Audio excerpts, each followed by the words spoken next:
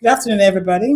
So, welcome to the Directors Masterclass. And with the COVID pandemic causing havoc worldwide and lots of disruptions, and the TV and film industry suffering a slump in production, I think there's more than 700 million being declined on production spend. So, directors across all genres were disrupted, and of course, I think we're looking for creative ways to get back to work. My name is Victoria Thomas. I'm a Scotland-based writer, director, producer, work across documentary and fiction, and I'm delighted to be joined by two of the UK's most talented directors. Award-winning director Penny Woolcock, who's directed many documentaries, television shows, and feature films, and has a long list of credits to her name, and Douglas Mackinnon, an award-winning Scottish film and TV director. He has directed many episodes of television drama and numerous television films. His work includes Good Omens, Sherlock, Line of Duty, and numerous episodes of Doctor Who. So, welcome, Charlotte and Penny and Douglas. And in today's session, we're going to look at the impact of the last year and how the role of the directors has changed, the new implications to filming in a COVID world, and how this has affected the availability of work going forward, and of course, planning for your roles. There might be a boom time coming up soon as everybody looks to get back into production. So, Penny, first coming to you, can you just tell us the impact that the last 15 months had on your work and career? I'm assuming that you were as surprised as everybody else when the first lockdown happened. So, what plans did you have then, and how was that disrupted? Well, I had various things in development at that time. And yeah, it was just a total shock, really.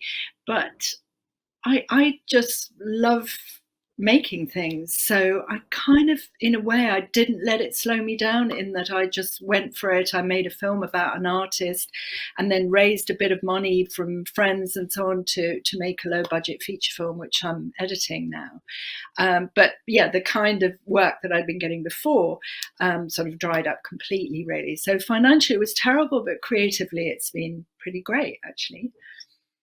That's great that you managed to figure out a way to stay busy in the few months, and of course, like you said, you raised some funding. But can you tell us a bit more about that project? Well, the first project, the project about the artist, a film called Who is Frances Abiva Blaine. The artist wanted a film made about herself. She was prepared to put a little bit of money in. It was just like 15 grand. And I have a friend who had an FS7, and we basically just went off and made a film for her and interviewed people on their doorsteps and went to her studio when she wasn't there. And it was kind of fun in a way, working out how you could make something under these the very strict kind of conditions of first lockdown. And the second one was a project which I tried to raise money for. I co-wrote with Dylan Duffus, who I've worked with many times over the years, and we couldn't get funding through all the usual places. So there are two producers I've worked with, Femi Oyeniran and Nikki Walker, and they said, let's just do it. So we each put in a little bit of money ourselves. We went round our friends, show them the script, and put out the word on Instagram for casting. And again, we just found a way of still making something we were passionate about making without any support from, any of the usual people who support fiction feature films. That's a dream team right there. I know Femi, always the entrepreneur. And Douglas, what about you? What was the last 15 months been like for you? How did your working pattern change? Well, in some respects, it didn't change at all. In that I just finished a cycle of doing a series for Amazon, Good Omens, that had just gone out, and I was just getting geared up to do some more work. So I was sort of lucky in the sense I was at the beginning of that cycle. The people I felt sorry for were the people that were filming or just about to start filming. I mean, Amazon alone had 140 projects that they stopped going in that time, all over the world. And for me, it's been a story of development and pitching. Like most people, I discovered Zoom in the first week of lockdown. I hate to think what's happening at Skype headquarters, because they've missed the boat completely, obviously. But Zoom took over my life, and I've just been in development. And the projects that I had on the go were pushed and pushed and pushed through last year, and now look like they're going to go towards the end of this year. So I'd count myself among the lucky ones, and I've had time at home, time to refocus and rethink, and just to try and chart out what the next 5 years might look like. Yeah, because when we were prepping for this, you did say this is the longest time that you have not been on set directing, and but you made the most of the time developing. So how does that make you, I guess, feel about the future? Because I feel like I guess the normal that we knew has gone, and I don't know that it will ever come back as we knew it. So how do you feel about the future? I'm not so sure about the normal having gone. I think people will click back in pretty efficiently, and I think they're doing that already. I mean, what I'm hearing in the industry is that it's busier than ever already, and it doesn't look like stopping for the next year or two. I think particularly in the UK, because foreign filming has just virtually stopped. I think that's why there's a boom here, because the content has to come from somewhere, it has to go into the studios somewhere, and it's going into studios all over the UK. I do think there's going to be a kind of tidal wave of work for the next year and a half, and then it'll probably settle down again as people realise they've got too much stuff to put on air in a year and a half's time. Yeah, but I think also the people who are probably being able to go back into production very quickly are probably the production companies with the deep pockets, or the broadcasters, and I also know that going into production now, everybody's budget is higher because of the related costs with COVID, because there are new protocols that have to be employed. So, as a director going back at this time, how do you see the role of the director changing? Do you have to do any additional courses on health and safety and how you manage the crew in these times, or how do you see your own role evolving? I think there isn't much more to think about to try and have the same outcomes as we had before. I mean, I got an information pack from a streamer yesterday on COVID with their protocols, and there's 123 documents to read. So that's quite a change.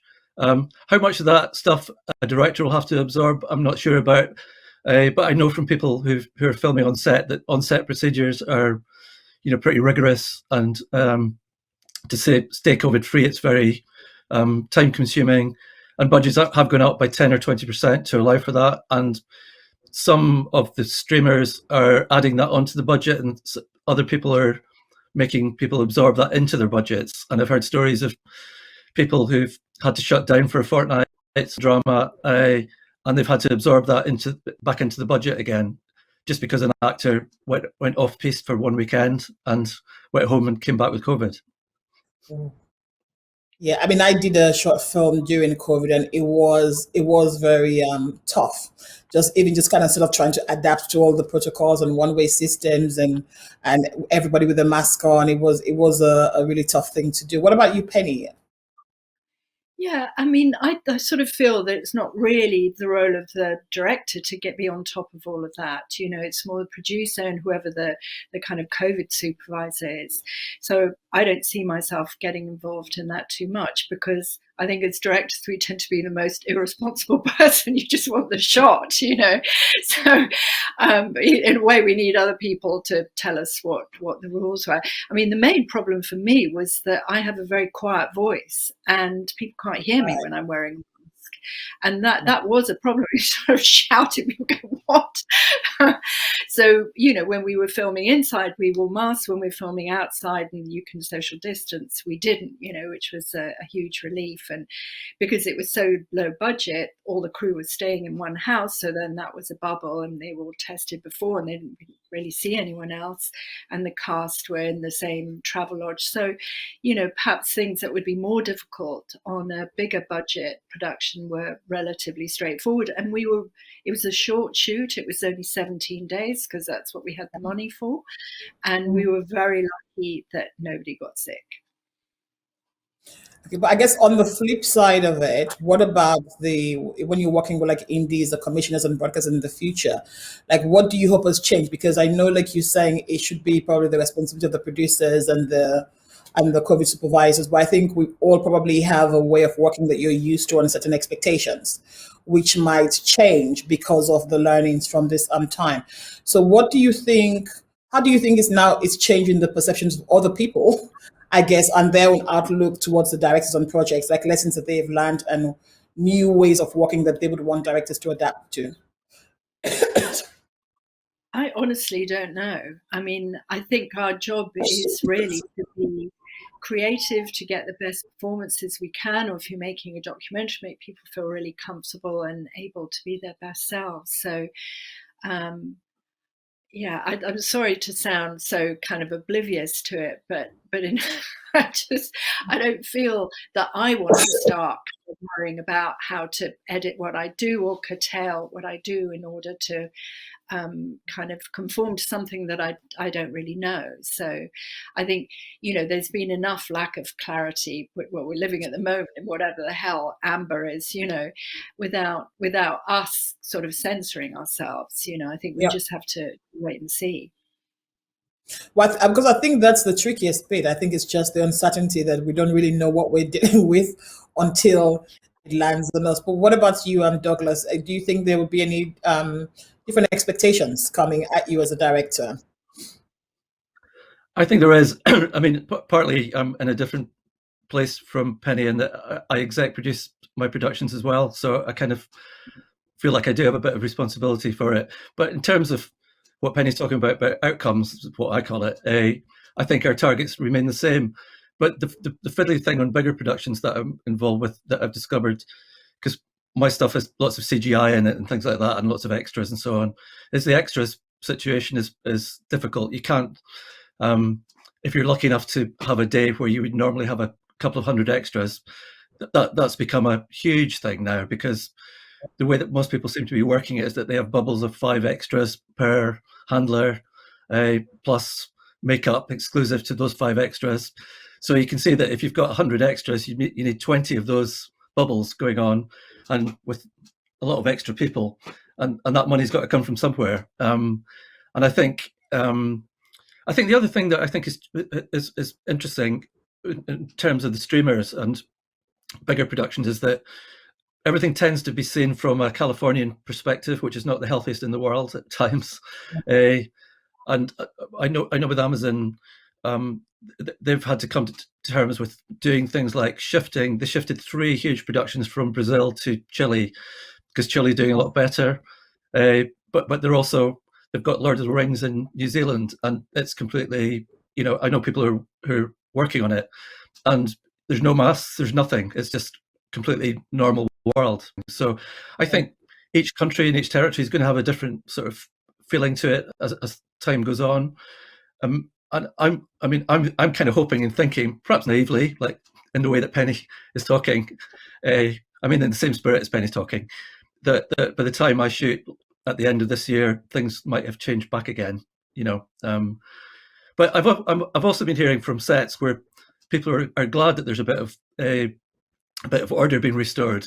They feel like sets have become kind of chaotic places, whereas now everybody has to be in the right place at the right time and be a bit more organized.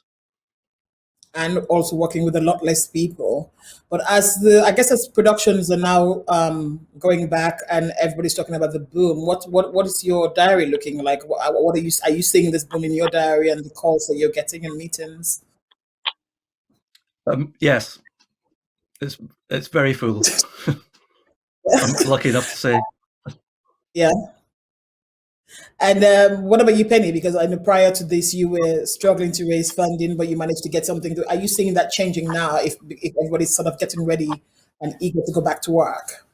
Well, not yet, actually, because along with making these films, I did develop a series which seems to be stuck somewhere in sort of limbo land, with who Mammoth Films are pushing through. So hopefully that will happen. And I mean, I tend, and probably unlike Douglas, not to get offered that many things, because there are not that many things that, I have a very particular way, I suppose, of working.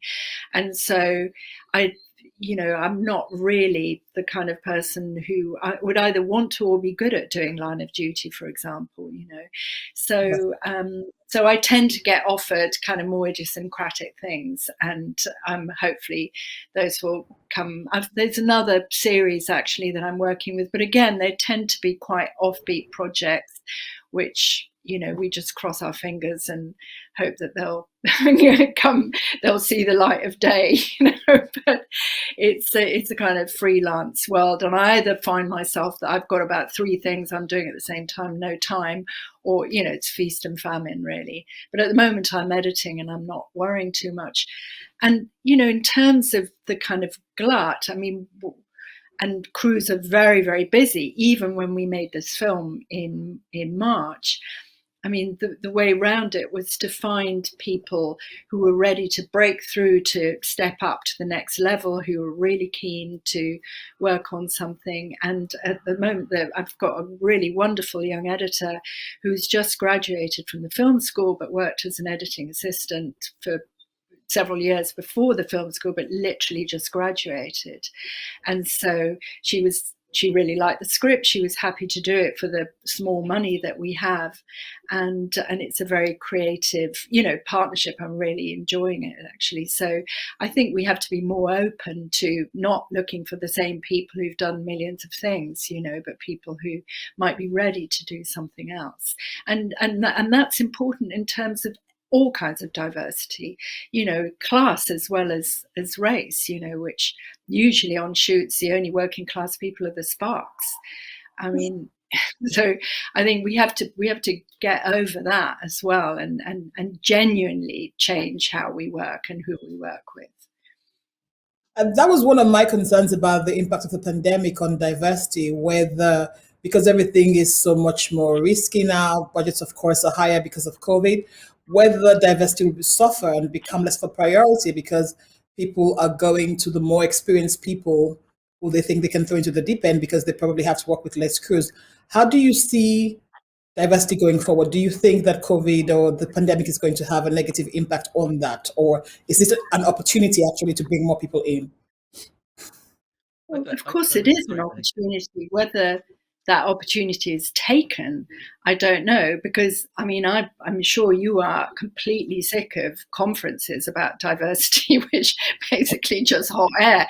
Let's just do it, And actually this film, I'm sorry to have a bit of a rant, we put in a proposal to Creative England. At one point we were going to be filming in Birmingham, where we had a proposal for trainees from the Jamaican character community in Birmingham in every single department. That would be a proper training. We didn't even get a reply. So I think very often there's an awful lot of talk and very little action. But I think, those of us who have a chance to do something have to actually do it and not just accept working in the same way all the time. But if we don't change, nothing will change. That's true, and I know on a production that I worked on recently, the attitude was very much like, well, we can't have trainees because of COVID.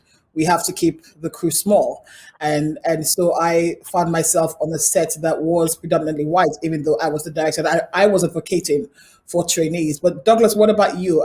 Given that you're also an exec producer on some of your works, what do you see going forward in terms of diversity and the impact of the pandemic? Yeah, can I just sort of say I agree with an awful lot of what Penny said there. Although I would say that Line of Duty, when I was doing it, it was a little show, a little quirky little cop show on BBC Two, not the behemoth it's become. But on diversity in particular, what I'm finding in my area is that there's a will and a desire from the streamers to and the BBC as well to change things, and it feels to me like I feel more hopeful because it feels to me like the intentionality has changed into action, and certainly in the projects that I'm pitching, we're allowing for a really substantial amount of training to go on in all departments, as well as shadowing as well, slightly different thing, same sort of area.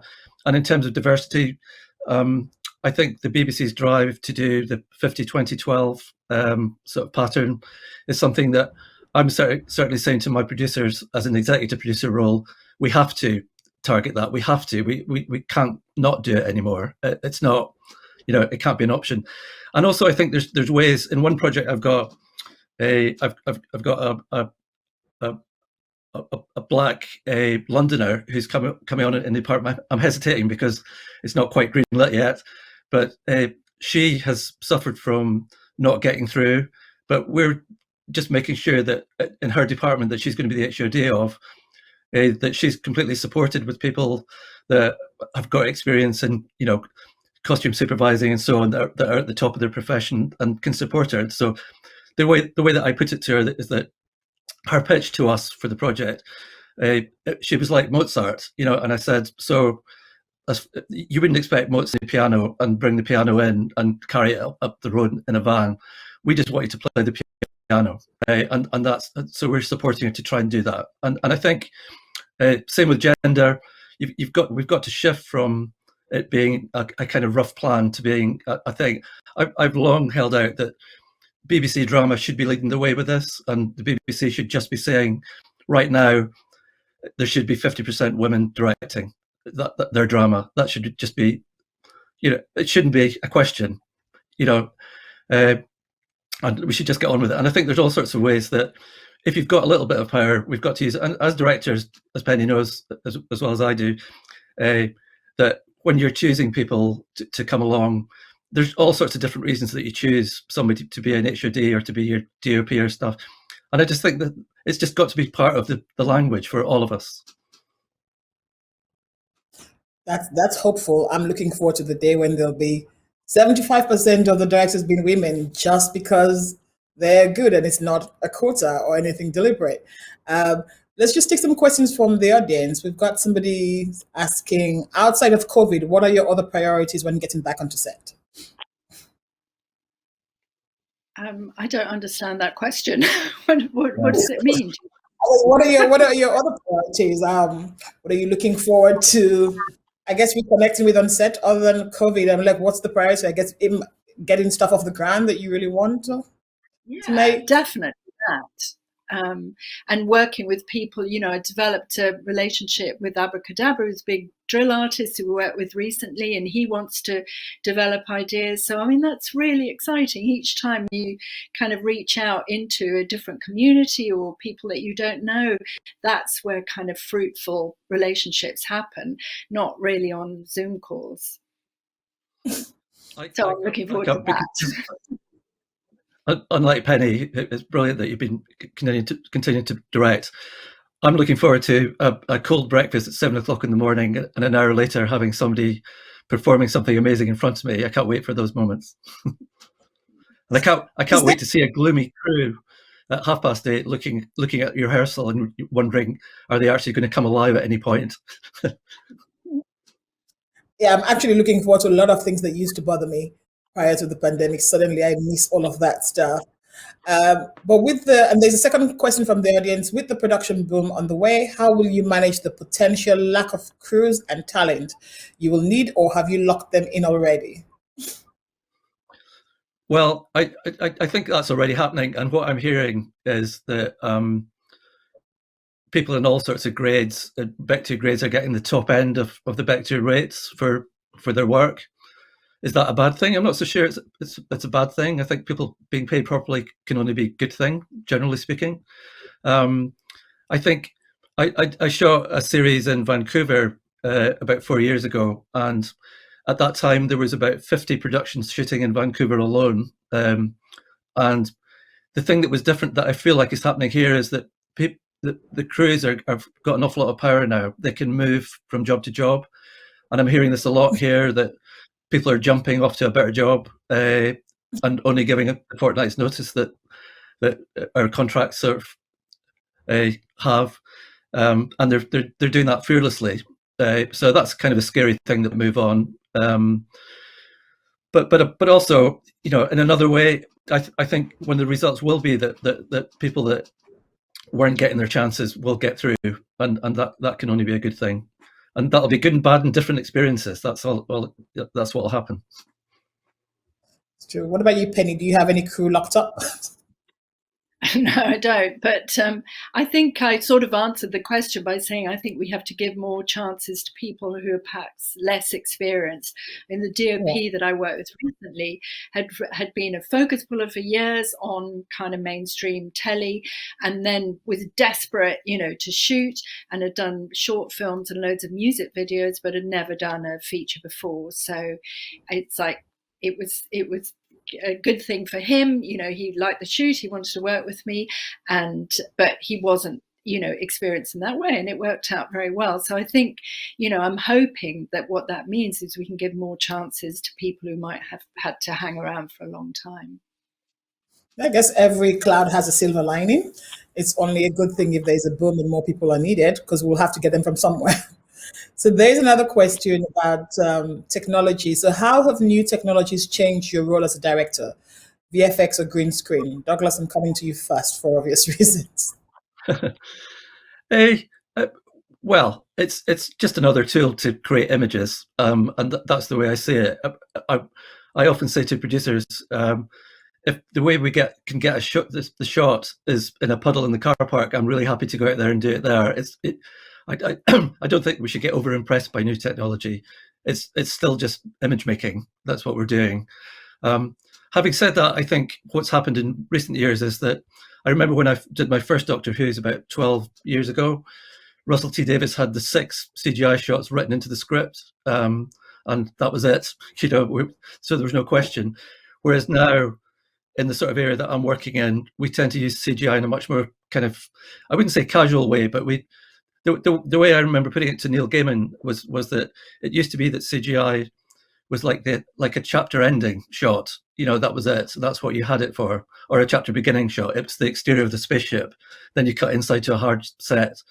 Whereas now it's much more integrated into the language that we use on screen, for painting out cables and sorting people's hair and making them younger, making them older.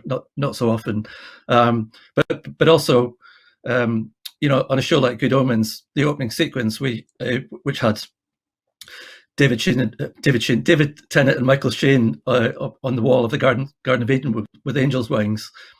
There was 55 CGI shots in a row there. So that's what's changed. It's become part of the more casual language. What about you, Penny? Any temptations to do a Zoom documentary?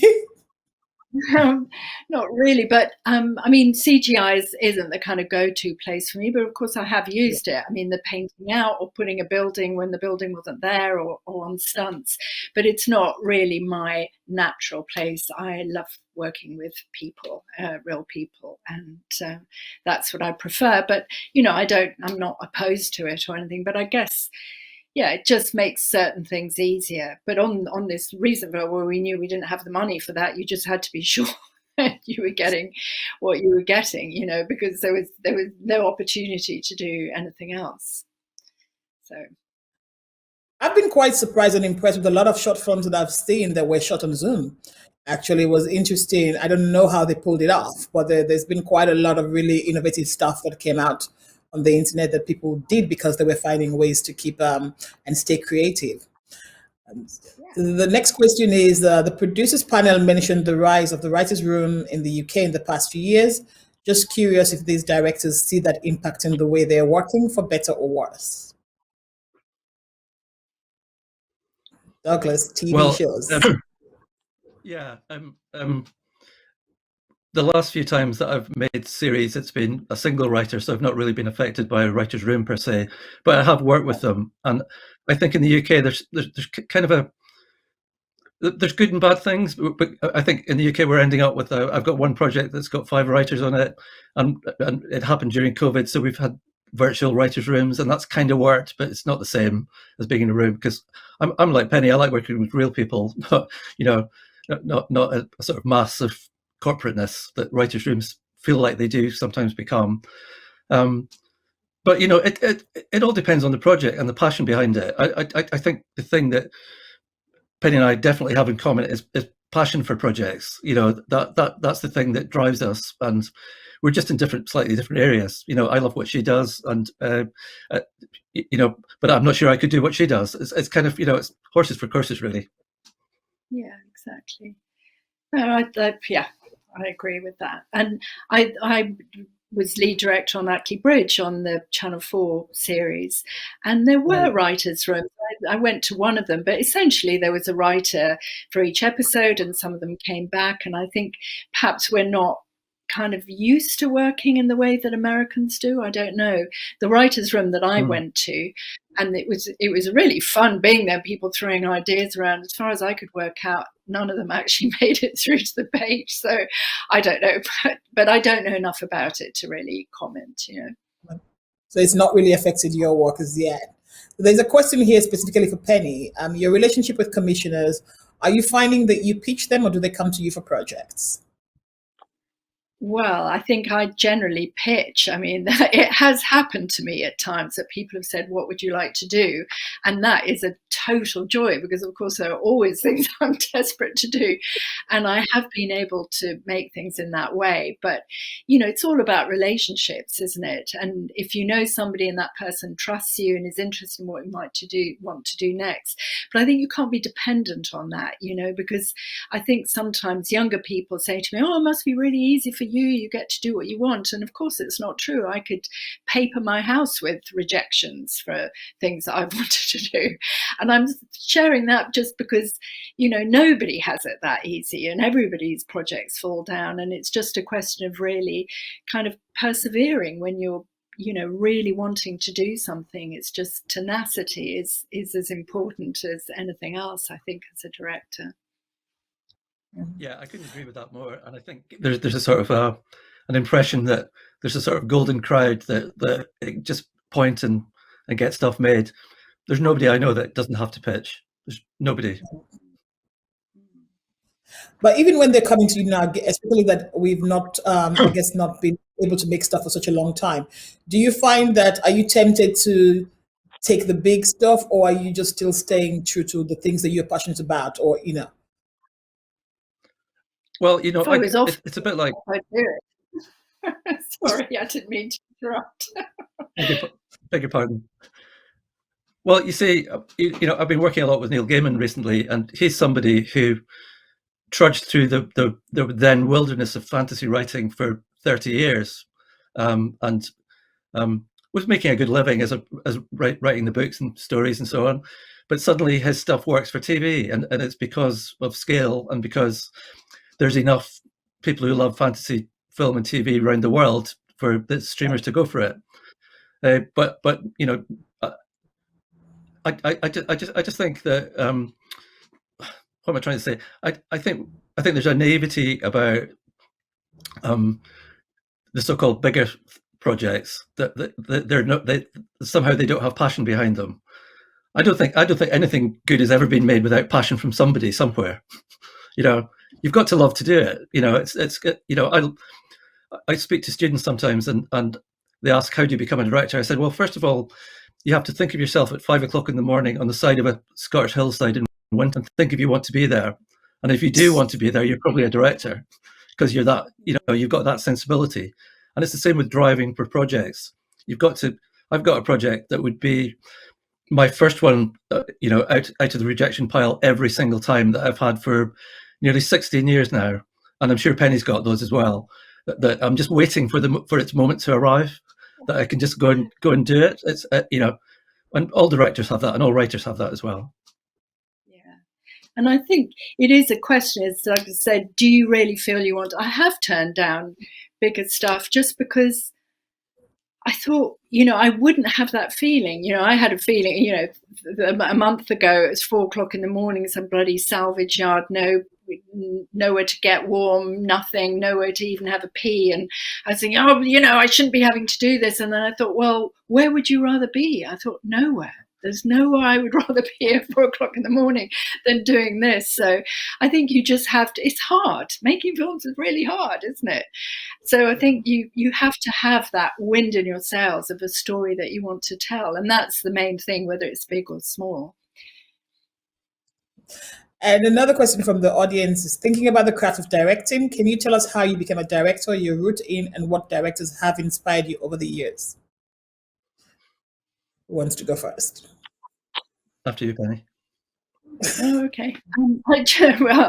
I just started doing it. I mean, I was an artist. I used to paint, and then I was a youth worker for a bit and did a bit plays with these girls. And then I said, well, why don't we make a film for Channel 4, not realizing that you were supposed to have a commission or anything about filmmaking at all. And I just did it. And then I mean, it wasn't very good, I have to say, but somebody at Channel 4 saw it and bought it, and then I was a director. So I kind of learnt by doing it, really. And I think that's easier now because people make films on their phones, you know, and the only way really, I think, is just to do it and learn from your mistakes. Yeah. In what Yeah, directors have inspired you? well, I was just going to say, I was born and brought up on the Isle of Skye, and my route, a very condensed route, was at the age of 19. I got what some people on here will remember, a youth opportunity programme in Inverness with a press photographer. And I'd done photography, and then went to work with this guy who turned out he was trying to get into the National Film School, which I hadn't heard of before.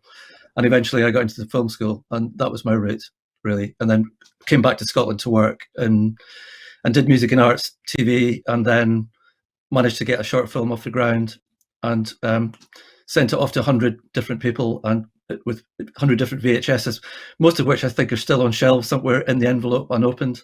But one of them was opened by a producer at the Bell, and that was the route I took, which was traditional at that point. All right. And I guess the second half of the question is, what directors have inspired you over the years?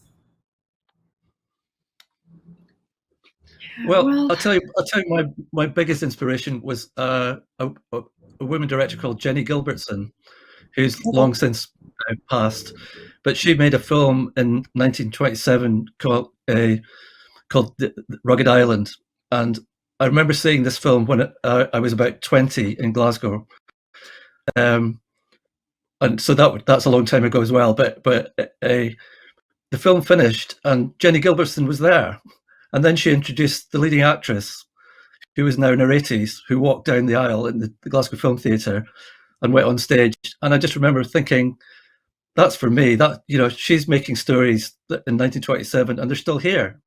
They're still, you know, it can still be seen. I get a shiver just thinking about that. So Jenny Gilbertson is my inspiration. What about you, Penny? Well, I used to go to the cinema a lot, and I was brought up in Buenos Aires, and there was a street that was just full of cinemas. And I used to go and see, you know, Blockbuster one day and Woman in the Dunes, which is quite an obscure Japanese film, the next. And I didn't actually realize that I was watching art house cinema and mainstream cinema. I was just loved films, you know, so... But I never kind of dreamed at that time. I didn't know what directors did. So I came to it very late, actually. I was already in my 30s, you know, when I had that experience with this group of girls.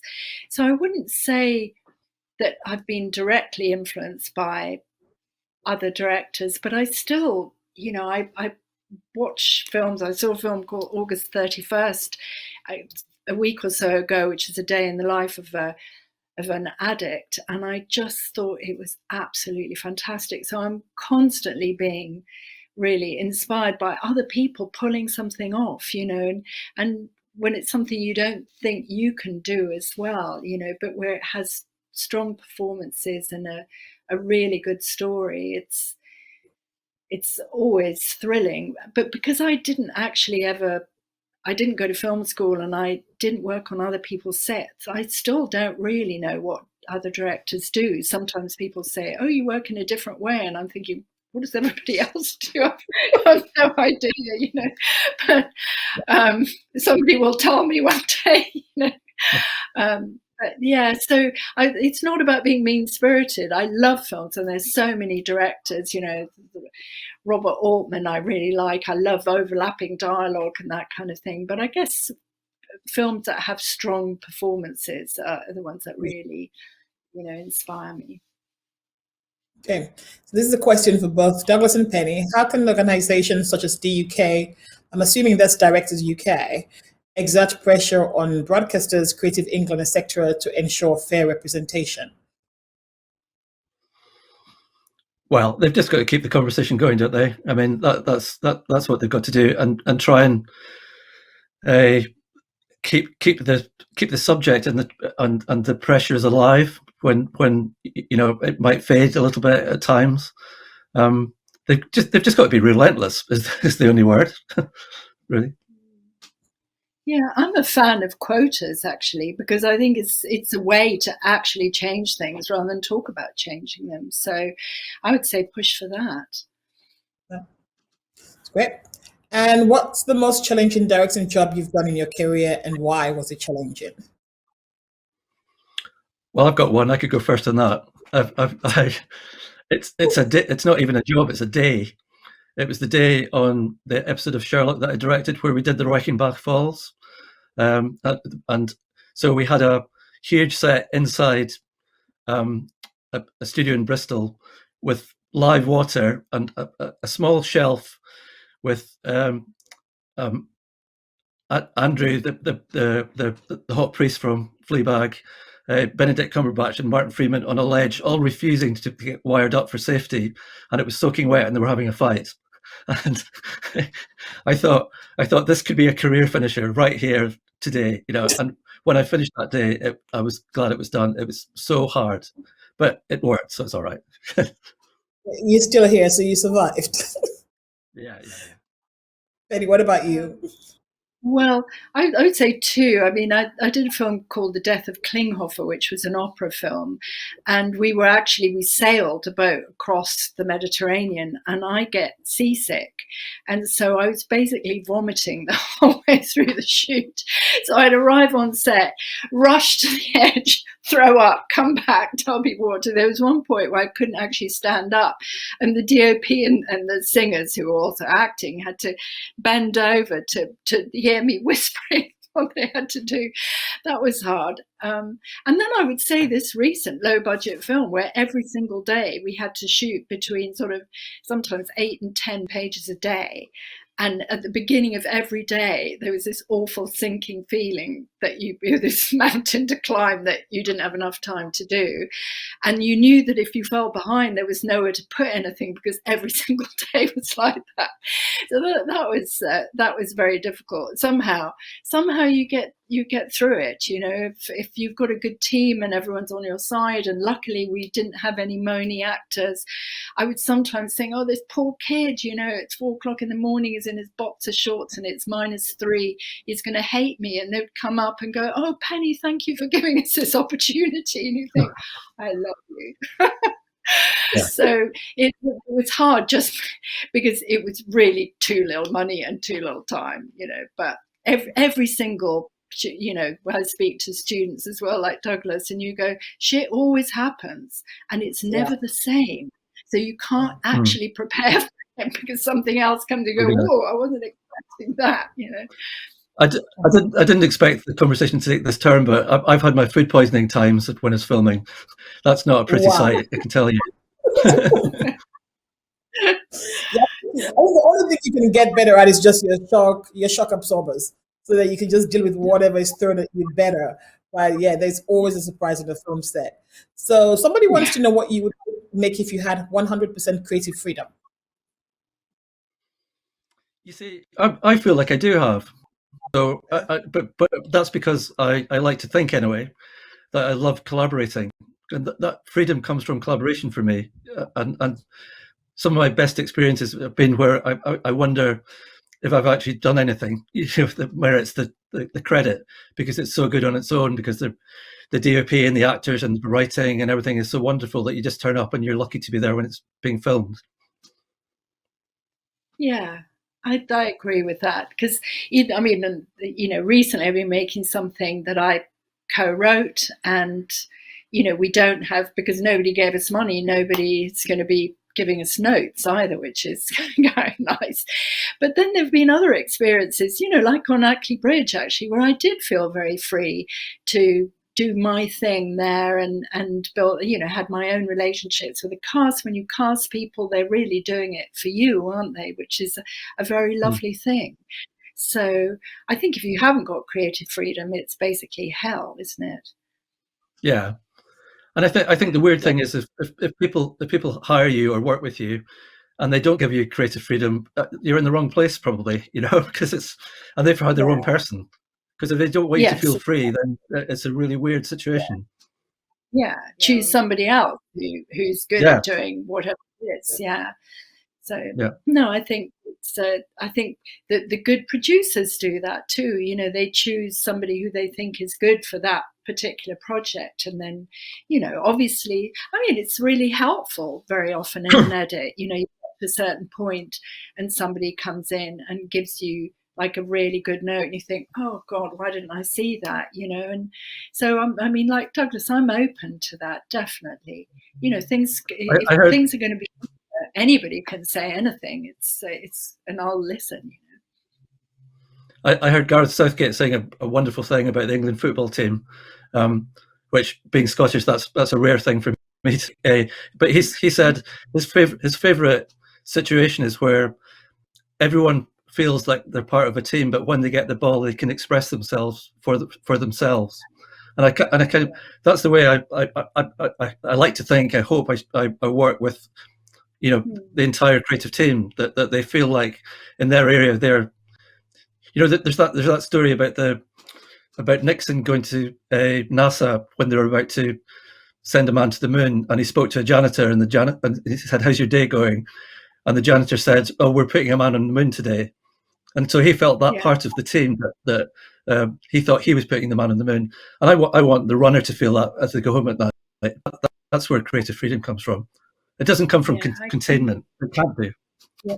Yeah, it comes from genuine freedom. I did an opera at the Metropolitan Opera in New York, and we had a very, very tricky scene with all these sort of the props, and the set had to be moved around during a really quiet piece of music. So behind the curtain, there were these incredibly kind of balletic calisthenics that were going on. And I went to the head guy, you know, who was running the construction crew, and I said, "Thank you so much for, you know, doing this for my show." And he said, "It's not your show, it's our show." And I thought, good for you, you know, because actually he was they're taking pride in their own work, and they weren't doing it for me, you know. I'm really happy to hear that.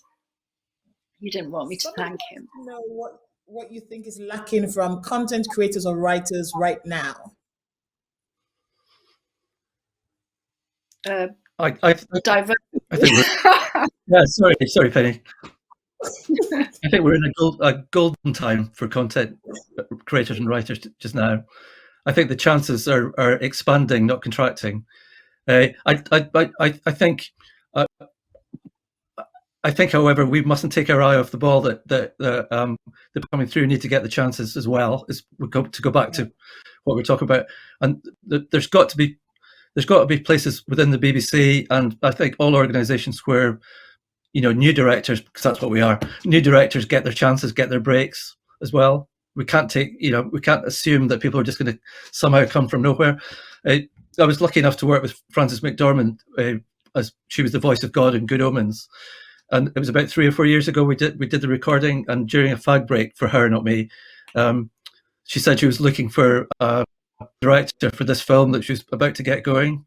And I said, "Well, surely you're Frances McDormand. You could get anybody in the world, you know."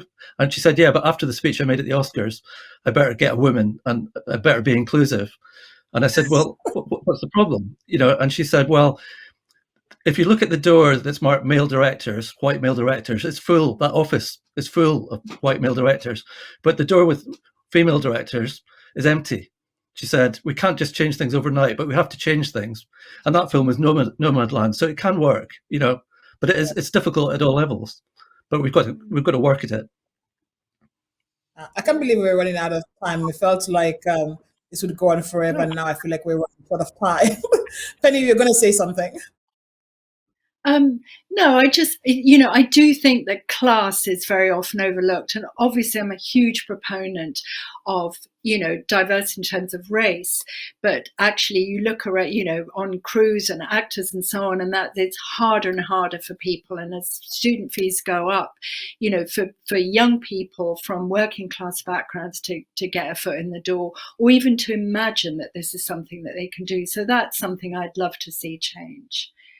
Genuinely change. I couldn't agree more. So, what are you looking most forward for your next projects and the hopes for TV and film industry in the future? We have a few seconds left. I just want to get back to doing it. That's all. Yeah. I'd love to see my, the series that I developed. I won't say what it is now, but I'd love to see that happen. And I'm really looking forward to collaborating with these musicians on Broadwater Farm and seeing what comes out of that. So I'm excited, really.